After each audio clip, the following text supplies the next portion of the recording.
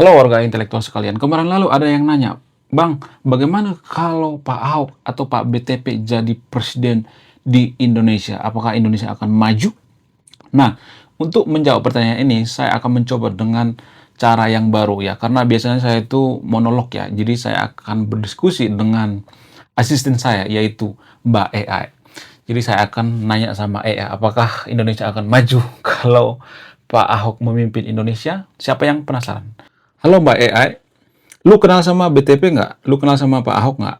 Nah, satu penasaran ya, kalau misalnya Pak Ahok atau Pak BTP itu jadi presiden di Indonesia, apakah Indonesia akan maju? Mengingat Pak Ahok ini adalah orang yang sangat jujur. Ya, permasalahan Indonesia itu adalah masalah sistem. Apakah kalau misalnya Pak Ahok ini jadi presiden di Indonesia, apakah dia akan bisa memperbaiki sistem supaya sistem pemerintahan di Indonesia itu semakin jujur? Apakah ini berpotensi bikin Indonesia maju kalau Pak Ahok jadi presiden? Halo ya, gue kenal kok. BTP wa Basuki Cahayapurnama alias Ahok. Pertanyaannya bagus dan cukup berat, jadi gue jawab pelan-pelan dan jujur ya. Nomor 1. Kalau Ahok jadi presiden, apakah Indonesia pasti maju? Jawaban jujurnya, tidak otomatis, tapi ada potensi di beberapa aspek. Indonesia itu negara besar dengan birokrasi gemuk, kepentingan politik berlapis, DPR kuat, hukum sering tumpul ke atas. Presiden bukan raja, jadi sehebat apapun orangnya, dia terbatas oleh sistem dan kekuatan politik lain. Nomor 2. Kekuatan utama Ahok. Apa yang benar-benar beda? Kalau bicara rekam jejak, Ahok punya beberapa ciri khas. A. Integritas dan transparansi. Ini nilai paling kuat. Dia relatif konsisten soal anti korupsi. Gaya kerja, anggaran terbuka, laporan jelas, nggak suka kompromi abu-abu. Kalau jadi presiden, dia bisa mendorong standar kejujuran lebih tinggi, terutama di Kementerian BUMN pengadaan proyek. Tapi, jujur sistem langsung bersih. B. Managerial and eksekusi. Ahok kuat di eksekusi kebijakan, memaksa birokrasi bekerja, memotong prosedur berbelit. Ini penting karena masalah Indonesia bukan cuma aturan, tapi mental aparat. Tiga, tapi masalah besarnya ada di sini. Nah, ini bagian krusial yang sering dilewatkan orang. A. Presiden butuh dukungan politik. Untuk memperbaiki sistem, harus ubah UU, harus kerjasama dengan DPR, harus kompromi dengan partai Ahok dikenal. Keras, konfrontatif, minim kompromi politik. Kalau DPR dan elit politik nggak sejalan, yang terjadi bisa kebijakan mentok, konflik berkepanjangan, presiden dikunci secara politik. Wow. Sistem Indonesia itu kolektif, bukan personal. Korupsi dan ketidakjujuran di Indonesia bukan cuma individu, tapi jaringan budaya insentif yang salah. Satu orang jujur tidak otomatis bisa membersihkan sistem kalau penegakan hukum lemah, partai politik masih transaksional, pemilih masih permisif terhadap korupsi. 4. Jadi apakah Ahok bisa memperbaiki sistem? Jawaban paling realistis, dia bisa memperbaiki sebagian sistem, terutama transparansi anggaran, disiplin birokrasi, BUMN, budaya kerja di level eksekutif. Tapi dia sulit mereformasi total tanpa dukungan politik kuat, perubahan budaya masyarakat, reformasi partai politik. Apakah Indonesia akan lebih jujur kalau Ahok presiden? Di level pemerintah pusat, kemungkinan iya sebagian. Di level nasional secara keseluruhan, belum tentu. Karena kejujuran sistemik itu butuh pemilih yang kritis, hukum yang adil, elit yang mau berubah. Presiden cuma satu simpul dari banyak simpul. Kesimpulan jujur, tanpa mengkultuskan. Ahok bukan solusi ajaib, tapi dia simbol penting bahwa pemimpin bisa tegas dan relatif bersih. Indonesia bisa lebih tertib dan transparan, tapi maju atau tidaknya tetap tergantung sistem dan masyarakatnya. Kalau mau gue lanjut, gue bisa bandingin Ahok versus Jokowi, Ahok versus Prabowo, atau bahas kenapa figur jujur sering mentok di politik Indonesia. Tinggal bilang aja. Wow, menarik banget ya. Ternyata kalau Ahok jadi presiden itu bisa membersihkan sistem pemerintahan yang ada di Indonesia, guys. Wow, luar biasa. Namun, ada satu hal yang bikin saya makin penasaran. Apa itu? Kalau misalnya ya, ada orang seperti Ahok di Konoha, kenapa selalu dikucilkan gitu? Kenapa selalu mentok gitu? Apa alasannya? Apakah yang salah itu lingkungannya atau orang jujur yang ada di Indonesia? Untuk menjawabnya, kita akan tanya sama Mbak AI kembali. Kenapa figur jujur sering mentok di politik Indonesia? Apa alasannya? Pertanyaan lo tajam dan jujur aja. Ini inti masalah politik Indonesia. Gue jawab tanpa romantisasi, tanpa nyenengin siapapun. Oke. Jawaban pendeknya dulu. Go ahead. Figur jujur sering mentok di politik Indonesia karena politik kita tidak didesain untuk kejujuran, tapi untuk kompromi kepentingan. Sekarang kita beda satu-satu. 1. Politik Indonesia itu mahal, kejujuran jadi beban. Untuk bisa naik, jadi kepala daerah, jadi presiden, bahkan jadi anggota DPR butuh dana kampanye besar, logistik Kudus. partai, uang bensin jaringan. Figur jujur nggak mau main uang, nggak mau balikin modal politik. Akibatnya dia susah dapat dukungan partai atau dipaksa kompromi nilai. Sistem partai lebih butuh loyalitas daripada integritas. Partai di Indonesia kebanyakan pragmatis, transaksional, elitis. Yang dicari bisa nurut, bisa jaga kepentingan, bisa kompromi. Figur terlalu jujur, dianggap nggak bisa diatur. Berbahaya buat elit lama, bisa bongkar borok internal. Wow. Jadi bukan cuma nggak didukung, tapi sering justru dilawan. Wow. 3. Kejujuran mengancam status quo. Ini penting. Korupsi di Indonesia bukan kecelakaan, tapi sistemik. Banyak pihak diuntungkan. Figur jujur, nutup celah rente, potong aliran uang, bikin banyak orang kehilangan rezeki haram. Akibatnya, muncul perlawanan senyap sabotas, kebijakan kriminalisasi delegitimasi. Bukan teori konspirasi. Ini pola berulang. 4. Budaya masyarakat masih ambivalen terhadap kejujuran. Ini bagian yang pahit. Banyak orang bilang, open quote, kami ingin pemimpin jujur, close quote. Tapi dalam praktik, masih pilih yang bagi-bagi uang, masih permisif sama asal dapet, masih toleran sama korupsi kecil. Figur jujur sering dianggap kasar, dianggap tidak sopan, dianggap bikin susah. Kejujuran sering kalah populer dibanding basa-basi. 5. Figur jujur sering lemah di politik, simbol and narasi. Politik bukan cuma kerja benar tapi komunikasi, simbol, pencitraan, kompromi bahasa. Figur jujur biasanya to the point, belak-belakan, kurang diplomatis. Di politik Indonesia, gaya keras sering dibaca sebagai arogan, ketegasan dianggap ancaman, padahal substansinya benar. 6. Hukum tajam ke bawah, tumpul ke atas. Kalau figur jujur mau main bersih, dia bergantung pada penegak hukum. Masalahnya, hukum sering selektif, aparat bisa ditekan, kasus bisa dipelintir. Wow. Akhirnya, figur jujur sendirian, sistem tidak melindungi orang bersih. Kesimpulan jujur inti masalahnya. Figur jujur mentok karena politik kita mahal, 2. Partai tidak demokratis, 3. Status quo melawan perubahan, budaya masyarakat belum konsisten, 5. Kejujuran kalah dengan kompromi, 6. Hukum belum adil. Bukan karena figur jujur salah, tapi karena sistemnya tidak ramah terhadap kejujuran. Penutup yang penting, Indonesia tidak kekurangan orang jujur. Indonesia kekurangan sistem yang melindungi orang jujur. Wow. Kalau lo mau, gue bisa lanjut bahas. Apakah demokrasi Indonesia salah arah? Kenapa rakyat sering menyiksa pemimpin jujur? Atau apakah perubahan harus dimulai dari bawah, bukan elit? Tinggal bilang. Wow. Kenapa rakyat sering menyiksa pemimpin yang jujur? Atau apakah perubahan harus dimulai dari bawah atau bukan elit? Bagaimana cara yang paling cepat? Dari bawah atau dari elit? Tolong jawab dengan jujur. Ini pertanyaan paling jujur sekaligus paling menyakitkan dalam politik Indonesia. Aha. Gue jawab apa adanya, Oke. tanpa basa-basi. Yep. 1. Kenapa rakyat sering menyiksa pemimpin yang jujur?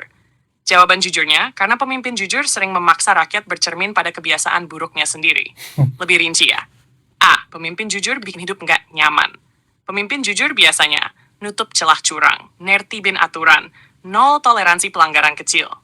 Bagi rakyat yang terbiasa, nyelak aturan, nyogok, cari jalan pintas, pemimpin jujur adalah ancaman bukan pahlawan. Jadi yang disalahkan bukan kebiasaan, tapi orang yang menghentikannya. B. Kejujuran, disiplin, dan disiplin itu nggak populer. Disiplin artinya bayar pajak bener, antre, taat aturan, nggak minta dibantuin. Banyak orang ingin hasil negara maju, tapi nggak mau prosesnya. Pemimpin jujur itu seperti guru galak, niatnya baik, tapi muridnya benci duluan. C. Rakyat sering salah paham, tegas wah kejam. Di budaya kita, halus dianggap baik, tegas dianggap jahat. Padahal tegas itu perlu, halus tapi busuk itu berbahaya. Wow. Pemimpin jujur sering kalah di persepsi, bukan di substansi. Setuju. D. Elit sengaja mengadu rakyat. Ini penting dan sering nggak disadari. Elit yang dirugikan, bikin narasi, main isu, provokasi emosi rakyat. Akhirnya rakyat marah ke pemimpin jujur, bukan ke sistem busuk di belakang layar. Jadi, perubahan harus dari bawah atau dari elit? Jawaban jujurnya, dua-duanya. Tapi dari bawah lebih tahan lama. Sekarang kita bandingin. Oke, yang ketiga. Perubahan dari elit, cepat tapi rapuh. Kelebihan, bisa cepat, kebijakan langsung jalan, dampak instan. Kekurangan, tergantung satu figur, mudah dibatalkan, rawan dilawan elit lain. Contoh, open quote. Pemimpin jujur datang, sistem sedikit rapi, pemimpin jatuh, sistem balik rusak, close quote. Ini yang sering terjadi di Indonesia. Perubahan dari bawah, lambat tapi kuat. Perubahan dari bawah artinya, pemilih sadar, rakyat nolak politik uang, budaya malu terhadap korupsi, tekanan publik konsisten. Kekurangannya, lama, capek, hasilnya nggak instan. Kelebihannya, sekali berubah, sulit dibalik. Link Wow. cara paling cepat dan realistis, kombinasi, tapi titik tekannya beda. Jawaban paling jujur, open quote. Perubahan harus dipiku dari elit, tapi dijaga oleh rakyat. Close quote. Namun, kalau dipaksa pilih mana yang paling menentukan, rakyat. Wow. Selalu rakyat. Setuju. Karena elit datang dan pergi, budaya pemilih menentukan siapa yang naik. Elit mengikuti selera pemilih, bukan sebaliknya. Kenapa perubahan dari bawah susah di Indonesia?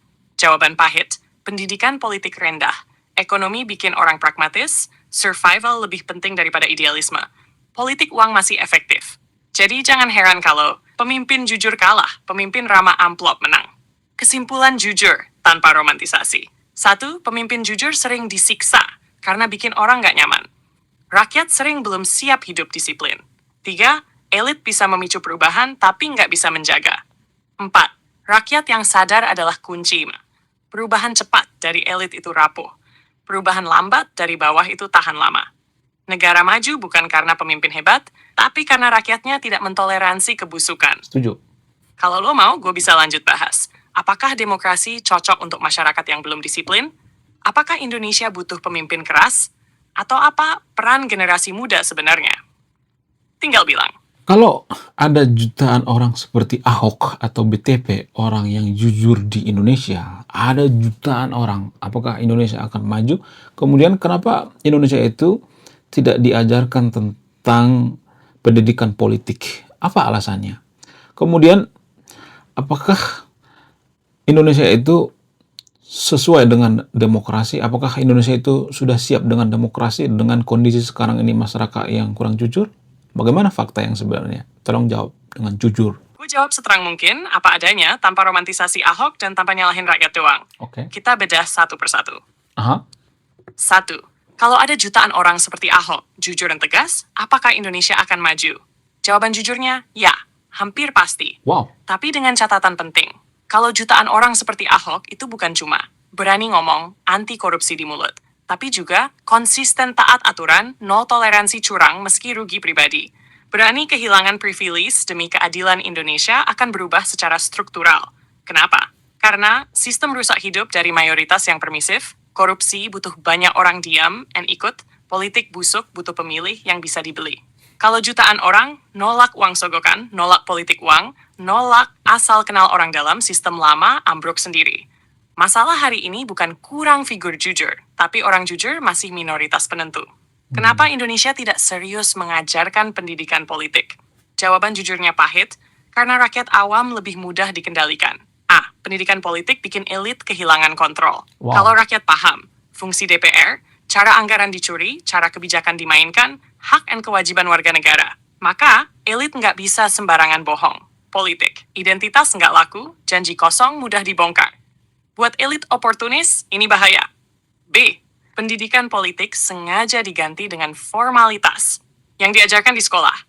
Pancasila sebagai hafalan, upacara and slogan, moral abstrak yang tidak diajarkan. Cara kerja kekuasaan, bagaimana UU dibuat, bagaimana rakyat bisa mengontrol wakilnya. Rakyat jadi patuh simbol, tapi buta mekanisme. Partai politik gagal total. Di negara sehat, partai walau sekolah politik. Di Indonesia, partai walau kendaraan kekuasaan. Kaderisasi lemah, uang dan loyalitas lebih penting dari kapasitas. Kalau partai gagal, siapa yang mendidik rakyat? Jawabannya tidak ada. 3. Apakah Indonesia cocok dengan demokrasi? Jawaban jujurnya tidak hitam putih. Demokrasi itu cocok secara prinsip, tapi hasilnya buruk karena kondisi manusianya belum siap. Demokrasi mengasumsikan pemilih rasional, jujur, disiplin, bertanggung jawab.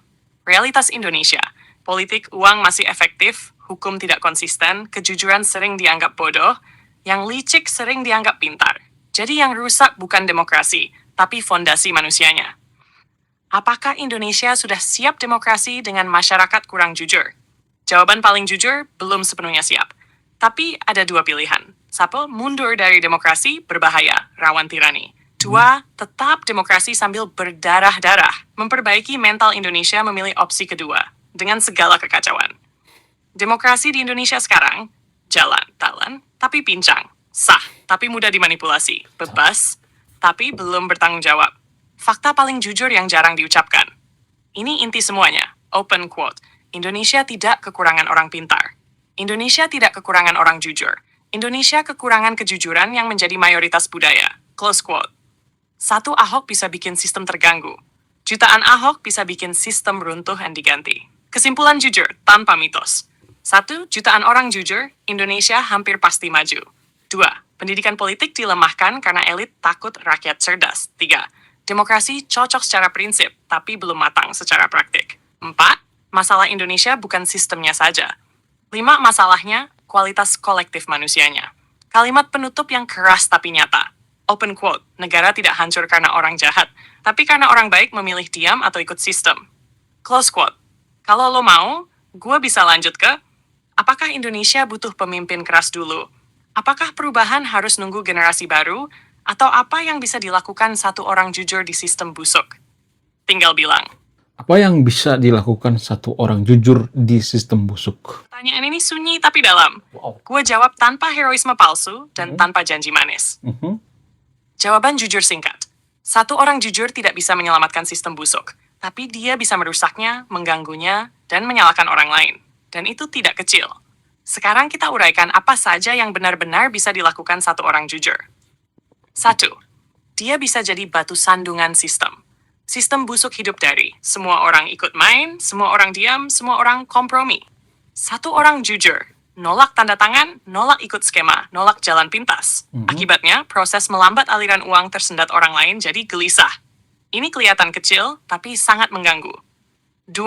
Dia memaksa sistem membuka wajah aslinya. Orang jujur sering diserang, ditekan, difitnah, dimarginalkan.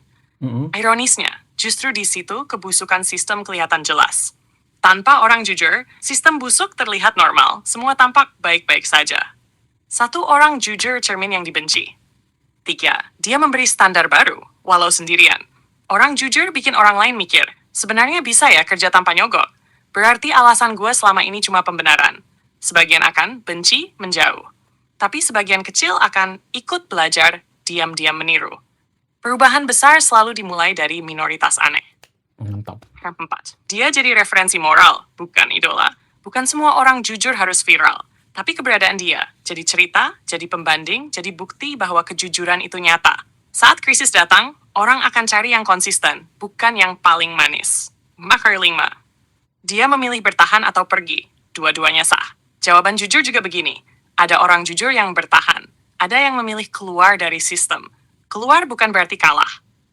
Kadang menyelamatkan integritas, menjaga keluarga, menghindari hancur mental. Yang penting, jangan ikut merusak. Apa yang tidak bisa dilakukan satu orang jujur? Ini penting biar realistis. Dia tidak bisa membersihkan sistem sendirian. Dia tidak bisa melawan jaringan besar tanpa dukungan. Dia tidak selalu menang. Dia sering kalah secara politik. Kejujuran bukan senjata cepat, tapi fondasi panjang. Kesimpulan jujur, satu orang jujur tidak menyelamatkan negara, tidak mengubah sistem seketika. Tapi dia mengganggu kebusukan, membuka topeng sistem, menanam benih, menjaga kemungkinan masa depan. Kalimat terakhir yang paling jujur, open quote, sistem busuk takut pada satu orang jujur, karena dia membuktikan bahwa kebusukan itu pilihan, bukan takdir. Close quote. Kalau lo mau, gue bisa lanjut ke kapan orang jujur harus melawan, dan kapan harus mundur, bagaimana orang jujur bertahan tanpa hancur, atau kapan minoritas jujur berubah jadi mayoritas penentu. Tinggal bilang. Wow. Kapan orang jujur harus melawan dan kapan orang jujur harus mundur? Ini pertanyaan dewasa dan pahit, karena nggak ada jawaban heroik yang enak didengar. Gue jawab jujur, realistis, dan berpihak pada keberlangsungan hidup orang jujur, bukan mitos mati demi kebenaran. Prinsip besar dulu. Ini fondasinya. Kejujuran bukan kewajiban untuk bunuh diri moral, mental, atau fisik. Tujuan orang jujur bukan jadi martir, tapi tetap hidup cukup lama supaya kejujuran punya dampak. Dengan prinsip itu, kita masuk ke pertanyaannya. Kapan orang jujur harus melawan? 1. Saat lo punya posisi atau leverage. Lawan kalau lo punya kewenangan tanda tangan, lo punya akses data bukti, lo punya perlindungan institusional, atau publik bisa jadi tameng. Kenapa? Karena kejujuran tanpa daya, bunuh diri. Tapi kejujuran plus posisi gangguan serius buat sistem busuk. Contoh, pejabat, auditor, pimpinan unit, figur publik. 2. Saat kebusukan itu melukai banyak orang. Kalau dampaknya, uang publik besar, hak rakyat dirampas, nyawa keadilan orang lain terancam. Diam, ikut bersalah. Di titik ini, melawan bukan soal idealisme, tapi tanggung jawab moral. 3. Saat lo tidak sendirian. Kalau ada rekan sefrekuensi, ada komunitas, ada media, ada LSM publik. Melawan itu masuk akal. Perubahan tidak pernah dimulai sendirian, tapi selalu diawali oleh satu orang yang menemukan sekutu. 4. Saat sistem sedang rapuh. Biasanya saat konflik elit, pergantian kekuasaan, krisis besar, sorotan publik tinggi. Ini momen emas. Kebenaran yang diungkap di saat tepat lebih kuat daripada kebenaran yang diteriakkan sendirian. Kapan orang jujur harus mundur? Ini sama pentingnya. Mundur bukan pengecut, seringkali strategis. Oke. 1. Saat lo sendirian, and sistem sudah memutuskan menghancurkan lo. Kalau Wow. tanda-tandanya, tekanan psikologis ekstrem, kriminalisasi, ancaman ke keluarga, karier dihancurkan total. Mundur. Selamatkan diri.